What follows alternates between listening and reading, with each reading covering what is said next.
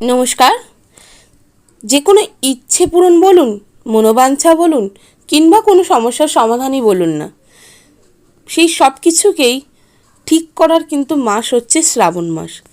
এই মাসে যে কোনো ইচ্ছে আপনি আপনার পূরণ করতে পারেন মহাদেবের কাছ থেকে, শিব গৌরীর কাছ থেকে।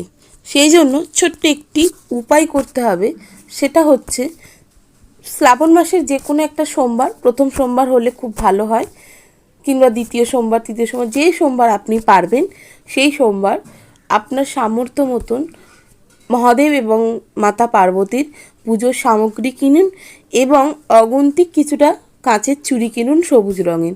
বিধিপূর্বক তাদের পুজো করে কাঁচের চুড়িটা পরান মা গৌরীকে এবং নিজের যে সমস্যাটা সেটা বলুন, কিংবা নিজের যে মনোবাঞ্ছাটা সেটা বলুন। আর বলুন, পুরো হয়ে যাওয়ার পরে আবার পুনরায় এই চুড়ি পরিয়েই তাকে আপনি পুজো দিয়ে যাবেন। এই মনস্কামনা জানিয়ে তাকে সবুজ চুড়িটি পরান এবং পুজো করুন। দেখবেন যে কোনো মনোবাঞ্ছাই হোক না কেন, কিংবা যে কোনো সমস্যাই হোক না কেন, সেই সমস্যার সমাধান হবে।